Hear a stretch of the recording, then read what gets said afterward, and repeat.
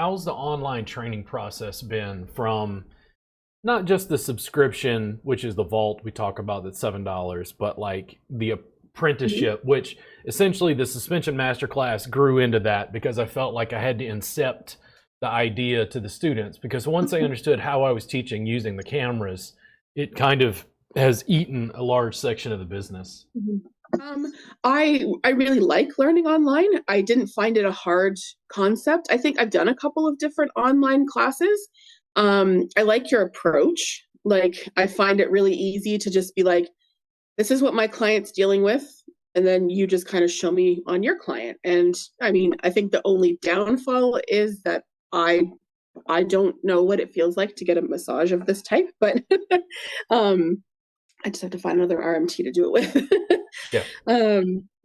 But learning online, I mean, honestly, it's the easiest thing because I can stop you, ask questions. If the position isn't working for my body, all I have to do is say, I'm not that flexible, or I can't get my leg like this. So what else can we do, kind of thing. And so, yeah, it's been easy. And yeah, I don't know what else to say. Yeah, I deal with this a lot, and this is a mental thing with me. A lot of my dealing with students is dealing with my own mental health at this point. One of the things I'm told fairly consistently in the background, like 10% of the time, it's like, but I can't learn online. And I'm like, how about it costs 75% less and it's 25% not as good as hands-on. So we're going to reduce the cost by 3/4, and we're going to reduce the quality by 1/4.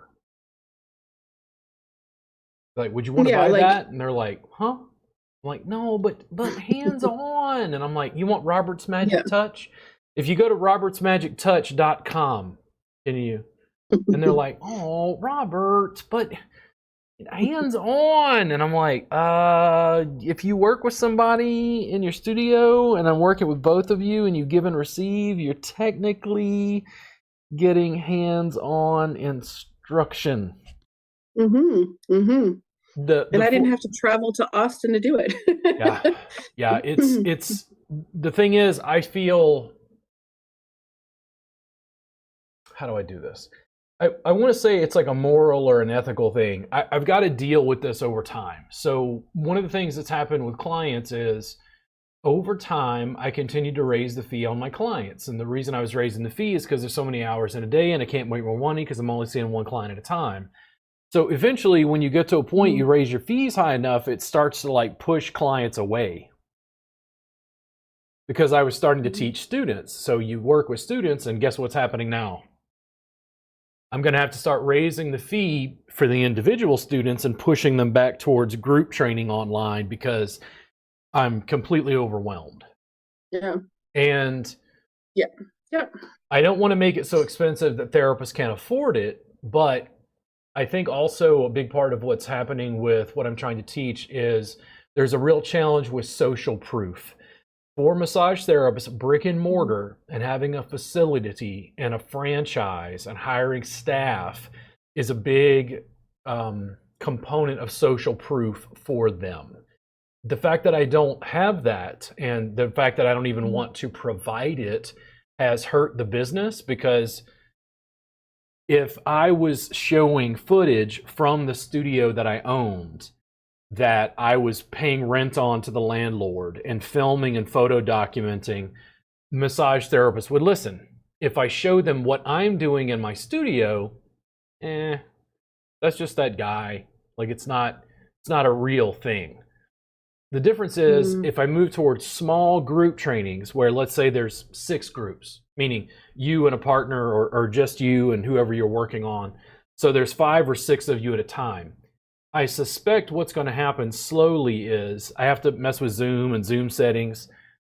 I think there's going to be a little bit more social proof to those small level group trainings, because they'll get to see all the other therapists winning at the same time.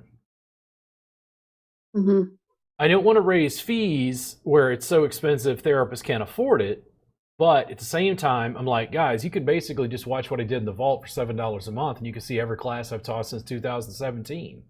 I'm like, oh, but what about hands-on? And I go, okay, I charge $800 a day right now. And they're like, oh, but it's so expensive. And I go, yeah. I feel caught in that dilemma, and I don't know any way of given current technology getting out of that. Yeah, that's tricky. I mean, I live in Austin. We got a population of 1.6 million people. There are thousands of massage therapists. I have 3 regular students here. Wow.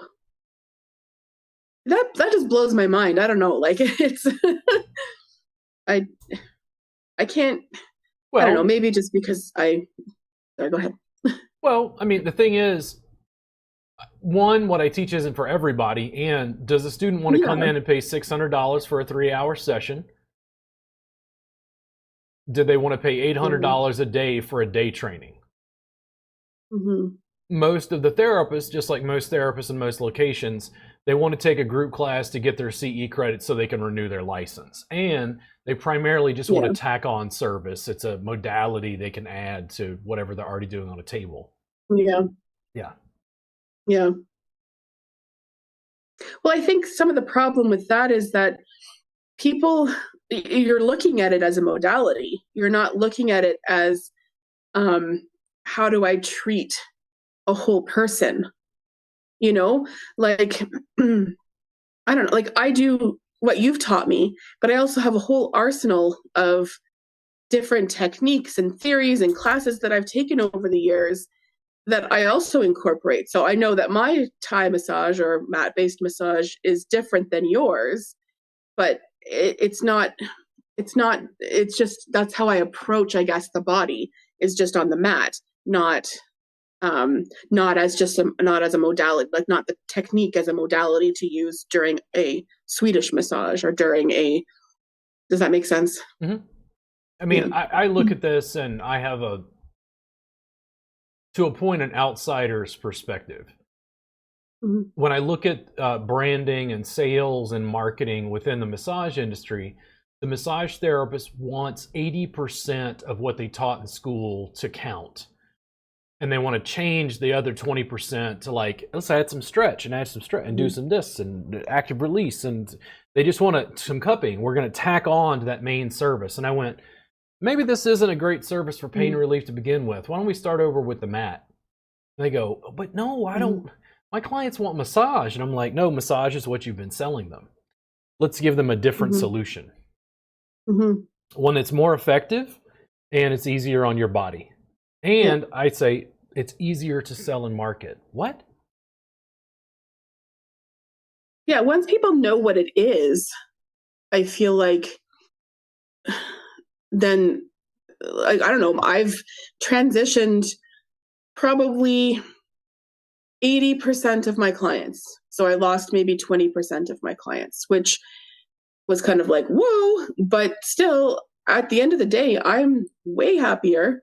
I'm in no pain. The people that I'm working with are my ideal clients. They want what I'm selling. So, and they've told friends. I've gotten, just this month alone, 4 new clients just from word of mouth. Yeah. So the challenge is you have to be willing to do something that looks different.